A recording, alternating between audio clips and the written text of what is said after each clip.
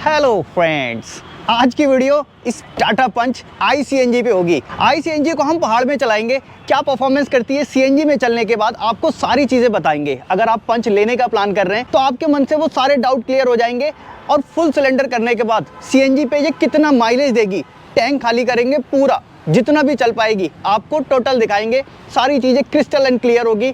गाड़ी में full load करेंगे, फुल पैसेंजर के साथ गाड़ी को पहाड़ पे चलाएंगे। पहले CNG फुल कराते हैं इस टैंक से, फिर आगे चलते हैं, एक एक करके आपको सारी चीज़ें दिखाएंगे। चलो स्टार्ट करते हैं वीडियो। आपको मैं सारी चीज़ें दिखा देता हूँ। गाड़ी 6 महीने पुरानी है, ओडो है 7500, 10 किलोमीटर गाड़ी चली हुई है। ट्रिप A है, ट्रिप B है। ट्रिप B को मैं 0 कर रहा हूँ। देखो ट्रिप B मैंने 0 कर दिया है, ठीक है। और अभी CNG का मीटर दिखा रहा है, E पे है, और अभी पेट्रोल 1 पॉइंट है बस, ठीक है। लाइन लगी है, पहले यहाँ से फुल कराएंगे, फिर पूरा टैंक खाली करेंगे जितना भी चले, गाड़ी को पूरा चलाएंगे। हाँ ठीक है। प्रेशर कितना है? फुल हो गया जी। आ गई 6 किलो 31 पॉइंट गैस आ गई 580 रुपये की। देखो टायर प्रेशर का भी बहुत बड़ा रोल होता है आपके माइलेज में और परफॉर्मेंस में, तो इसलिए मैं टायर प्रेशर चेक कराने आया, लेकिन मशीन ख़राब है। आगे कहीं जगह मिलेगी तो मैं वहाँ पे इसका टायर प्रेशर भी चेक कराऊंगा, वो भी आपको कैमरे पे दिखाऊंगा। अब देखो CNG फुल दिखा रहा है और गाड़ी हम चला रहे हैं CNG मोड पे, और इसमें सिंगल मोड आता है। आपको कोई मोड, पावर मोड या इको मोड में आप इसको शिफ्ट नहीं कर सकते। अब यहाँ पे मिला है हवा की मशीन, तो यहाँ से हवा चेक कराएंगे। 32 PSI का इसका रिकमेंडेशन है, 32 PSI कराऊंगा सब में। और अगर आपके पास टाटा पंच है तो आपको भी कुछ टिप्स दूंगा इस पंच के साथ क्या करना चाहिए और क्या नहीं करना चाहिए, कैसे आप इसको लंबा चला पाओगे। और अगर गाड़ी लेने का प्लान कर रहे हैं तो फिर आपके लिए रामबाण साबित होगी ये वाली वीडियो। देखो अब यहाँ से असली पहाड़ की चढ़ाई शुरू हुई है। अभी तक तो प्लेन चल रहा था, 38 किलोमीटर अप्रॉक्स गाड़ी चली है, 38.7, और CNG का 1 पॉइंट कम हो गया है। 1 2 3 4 5 टोटल 5 पॉइंट्स हैं, जिसमें से 1 कम हो गया है। अब यहाँ से शुरू होगा असली परफॉर्मेंस टेस्ट इस टाटा पंच ICNG का, और ये ड्यूल सिलेंडर में है, फेज 2 वाला मॉडल है। अभी देखो 74 किलोमीटर गाड़ी हो गई और CNG के सिर्फ 3 पॉइंट बचे हैं। हम यहाँ रुके थे नैनीताल में, थोड़ी देर के लिए 1-2 घंटा रुके, और अब यहाँ से आगे चल रहे हैं। आगे का परफॉर्मेंस फिर आपको बताते हैं, और बड़ी चीजें बाकी रह गई हैं। और हाँ, जिनके पास पंच है उनके लिए भी कुछ सलाह देनी है जरूरी, कि आपको क्या करना है क्या नहीं करना है। कुछ खामियां इसमें की हुई हैं, वो नहीं करना है। इसमें एक बड़ी दिक्कत आती है, लोग मैटिंग डलवाते हैं 3D 4D 7D, बहुत सारी, कोई भी डी डलवाना, लेकिन ध्यान से डलवाना। देखो इसमें जो प्रॉब्लम है वो मत खड़ी करना। एक्सीलेटर पेडल देख रहे हो, इस पे मैटिंग फंस रही है, मैटिंग देख के लगाना, इसमें मैटिंग फंसनी नहीं चाहिए। ऐसे ही कई बार मैटिंग क्लच पेडल के नीचे आती है, तो उसको पहले देख लेना। इस तरह की चीजें बहुत रिस्की होती है, ड्राइव करते समय आपको परेशान कर सकती हैं। अब क्योंकि इसका ABC पेडल थोड़ा सा टाइप ऐसा है, और इसकी जो मैटिंग आती है वो ऐसा कट बन के आती हैं, तो कई बार ऐसा होता है कि वो मैट फंसने लगती है, तो वो ध्यान से लेना। दूसरा, स्टीयरिंग कवर इसका लगाते समय देखो ये कट करके लगाते हैं, ये कट करके स्टीयरिंग कवर मत लगवाना, जो इसका ओरिजिनल आएगा वो लगवाना। और ना लगवाओ तो भी कोई बात नहीं है, अच्छा है, ऐसा कोई प्रॉब्लम नहीं है इसमें कि आपको स्टीयरिंग कवर लगाने की ज़रूरत है। ये तो सिर्फ एक शौक की चीज़ है, लोग ऐसे लगवा लेते हैं। अप हिल जो था वो हो चुका, अभी डाउन हिल पे जाएंगे, लेकिन 79.1 किलोमीटर चलने के साथ ही CNG वहीं आ गई है। देखो जहाँ से हमने CNG भराया था, 2 पॉइंट पे था, तभी हमने CNG भरा ली थी। 6 पॉइंट समथिंग कुछ kg इसके अंदर CNG आ गई थी। अब ये 2 पॉइंट पे आ गया है, लेकिन इसको भी हम एक्यूरेसी नहीं मानेंगे।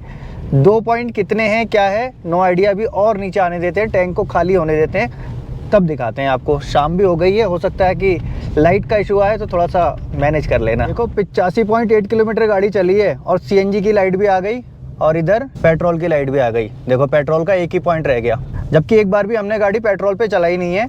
गाड़ी अभी तक पूरी CNG पे ही चल रही है। अब इसका मतलब आप अंदाज़ा खुद लगा लो, बीच बीच में गाड़ी पेट्रोल लेती है, नहीं तो ये 2 पॉइंट थे, पेट्रोल खत्म होने का सवाल ही नहीं है। अब देखते हैं, नीचे चल रहे हैं, जबकि अभी तो देखो डाउन हिल चल रहा है। इस समय गाड़ी बहुत बढ़िया माइलेज देती है, क्योंकि इंजन पे लोड ही नहीं पड़ता, बहुत आराम से चलाता हूँ मैं, सिर्फ गाड़ी स्टार्ट है बस। देखते हैं अभी नीचे पहुँच के क्या सीन रहता है, आपको दिखाते हैं पूरा क्लियर। अभी पंच ओनर्स के लिए कुछ एक टिप्स दे देता हूँ, बिल्कुल ध्यान में रखना, फायदा उठाओगे। सबसे पहला और इम्पोर्टेंट चीज, देखो अपने ये घुटने का ध्यान रखना। ये यहाँ जो टकराता है ना, अभी जो नौजवान पीढ़ी है उसे इतनी जल्दी पता नहीं चलेगा, ये टकराते टकराते घुटने में इंजरी कर देगी। इसको बचा के रखना, आप इसको समेट के रखना, भले सीट को थोड़ा पीछे एडजस्ट कर लेना, या फिर आप कैसे बचाते हो देख लेना। दूसरा, देखो सीटिंग पोस्चर जो है इसका थोड़ा सा मॉडिफाई करना पड़ेगा। सीटिंग पोस्चर इसका ठीक नहीं है, सीधे सीधे शब्दों में कहूँ तो। कैसे करते हैं वो देखना होगा, तो उसकी वीडियो मैं बता दूंगा आपको, डिस्क्रिप्शन में उसका लिंक होगा, कार्ड में भी वो वीडियो आ जाएगी, वो वीडियो देख लेना।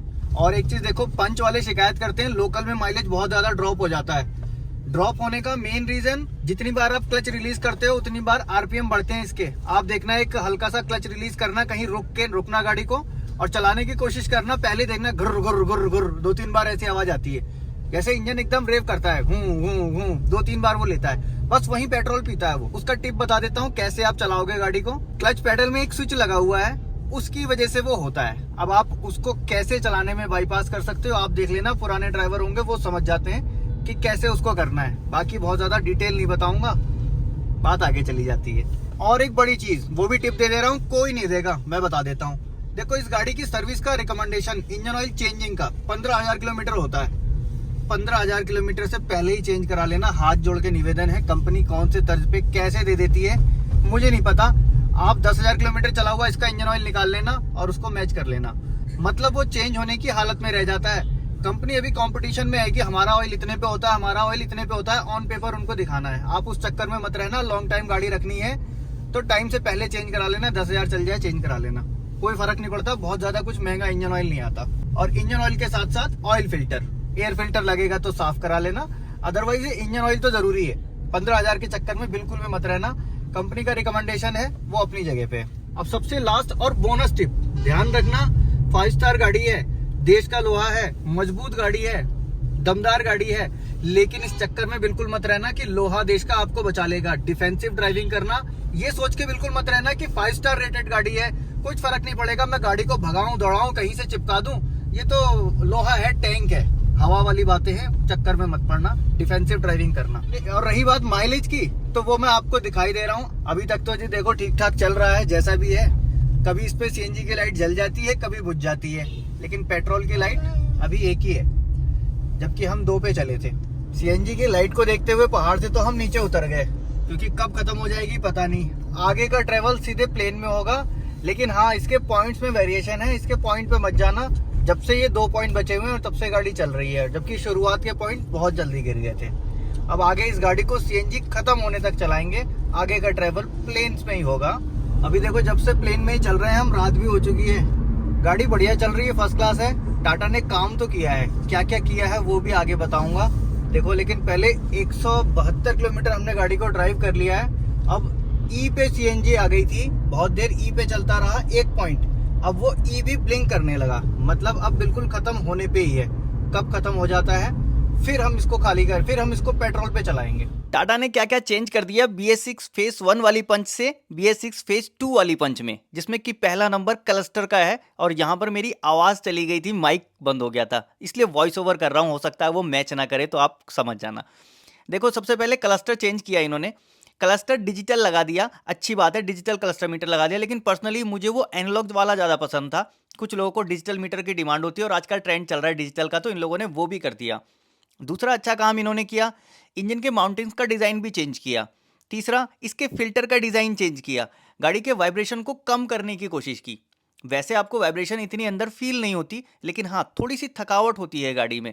दूसरा, इन लोगों ने अच्छा काम क्या किया, रीमैपिंग की है, इसको ECU को दोबारा से मैप किया गया है। लेकिन सबसे अच्छा काम तो ये लगा कि इस CNG गाड़ी होने के बाद भी थोड़ा बहुत बूट स्पेस बच जाता है आपका, क्योंकि इन्होंने ड्यूल सिलेंडर टेक्नोलॉजी का यूज़ किया। और देखो बड़ी चीज़ होती है पैसा, जितने बजट में ये गाड़ी आती है, वैल्यू फॉर मनी गाड़ी है। आपको इतने में दूसरी कोई गाड़ी ऐसी नहीं मिलती जिसमें इतने सारे फीचर और ड्यूल सिलेंडर CNG और ये सारी चीज़ें मिल जाती हूँ। गाड़ी को मेंटेन करने के लिए चाहिए होता है देखो सर्विस नेटवर्क और सर्विस नेटवर्क इन्होंने अच्छा खासा एक्सपांड कर लिया है, और सर्विस क्वालिटी भी अच्छी इंप्रूव की है। वो लोग अब आपकी बातों को सुनते हैं, समझते हैं और काम करते हैं, रिजल्ट भी देने की कोशिश करते हैं। इवन मैंने तो ये भी देखा है कि टाटा वाले इनपुट्स को लेते हैं, ऐसा नहीं कि उसको छोड़ देते, नहीं रहने दो हमको करना ही नहीं है। अगर आपने इनपुट दिया तो उस पर काम करते हैं। मैंने बहुत सारे इनपुट स्टार्टिंग में दिए और उस पर काम हुआ देख रहा हूँ। इवन जब मैं टाटा की PDI करने जाता हूँ, पहले के पेंट क्वालिटी में और अब की पेंट क्वालिटी में काफ़ी सुधार आ गया। बातों ही बातों में देखो हम आगे चले आए और गाड़ी की CNG खत्म हो गई, टैंक बिल्कुल खाली हो गया, हमें ध्यान नहीं रहा, 10 किलोमीटर करीब चल के भी आ गए।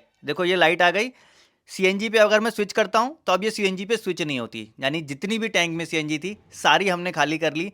गाड़ी करीब 227 किलोमीटर चल चुकी है, इससे पहले 172 किलोमीटर पे ब्लिंक करने लगा था और अब 227 हो गए, मतलब 50-60 किलोमीटर आप CNG मीटर ब्लिंक करने के बाद भी चला सकते हो।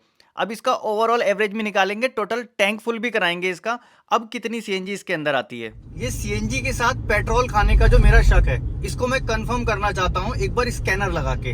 अगर आप चाहते हो कि स्कैनर लगा के मैं आपको बिल्कुल रीडिंग दिखाऊं कि हाँ सीएनजी और पेट्रोल साथ साथ जा रहा है या नहीं जा रहा है, तो कमेंट बॉक्स में मेंशन करना। अगर ज्यादा कमेंट होंगे तो मैं उसकी फेयर वीडियो बना दूंगा, आपको टेस्ट करके दिखा दूंगा। लो जी, सीएनजी भरने लगी। प्रेशर, अरे वाह, प्रेशर अभी ज़्यादा है, 190 के करीब। देखते हैं कितनी आती है गैस। जब तक गैस भर रही है जब तक मैं आपको पूरी परफॉर्मेंस बता देता हूँ। देखो टाटा पंच का अभी का परफॉर्मेंस बेहतर है। पहाड़ों में कहीं से कहीं तक कोई प्रॉब्लम नहीं है। पहाड़ों में सीएनजी के साथ इस गाड़ी को चला सकते हैं। सीएनजी भी मैंने जितना भी इसको ड्राइव किया, कहीं भी ऐसा नहीं लगा कि हाँ पहाड़ों पे ये दम तोड़ रही हो या फिर कुछ और ऐसी प्रॉब्लम फेस कर रहा हूँ। ऐसा कोई भी प्रॉब्लम मैंने फेस नहीं की। लेकिन हाँ, अगर ये अपडेट आया, रीमैपिंग हुई, इश्यू के साथ जो काम हुए वो काम पहले भी होने चाहिए थे। अब जिन्होंने गाड़ी पहले ली थी 1 साल पहले और 1 साल बाद, दोनों में परफॉर्मेंस में फ़र्क आएगा। मेरे ख्याल से जिन्होंने पहले ली थी उनको रिग्रेट होगा। कंपनी को चाहिए कि पहले ये सारी चीज़ें टेस्ट करके R&D करके तब कंपनी गाड़ी को मार्केट में लॉन्च करे। इससे कस्टमर का फ़ायदा होता है और अननेसेसरी किसी को रिग्रेट फील नहीं होता। देखो जी, लगभग फुल पे आने ही वाला है। 7.99 799 रुपये की गैस है और 8.69 ये आ गया कंप्लीट। गाड़ी को साइड में लगाते हैं, पैसे देते हैं और बाकी चीज़ें आपको बताते हैं। देखो गैस आ गई 8.69। माइलेज एक बार कैलकुलेट कर देते हैं। हमने लिया था इसको 227 किलोमीटर पे, डिवाइड बाई 8.69, अप्रॉक्स 26.12 का माइलेज है। बाकी सीएनजी में इस टाटा पंच को चलाने में थोड़ी सी भी ऐसी तकलीफ नहीं हुई कि यहाँ पे गाड़ी नहीं चलेगी या फिर ऐसा कुछ फील कराती हो। गाड़ी ने अच्छा परफॉर्म किया। बाकी जितनी भी चीज़ें मैंने फील की वो सारी चीज़ें आपको बता दी। पूरा सिलेंडर खाली कर दिया और आपको चला के दिखा दिया। अगर वीडियो अच्छी लगी होगी तो लाइक कर देना। मन में कोई सवाल आ गया हो तो नीचे कमेंट बॉक्स में लिख देना, या फिर अगर आप चाहो तो इंस्टाग्राम पे भी मुझे फॉलो कर सकते हो। मिलूंगा नेक्स्ट वीडियो में ऐसे ही किसी इंटरेस्टिंग टॉपिक के साथ। Thanks for watching.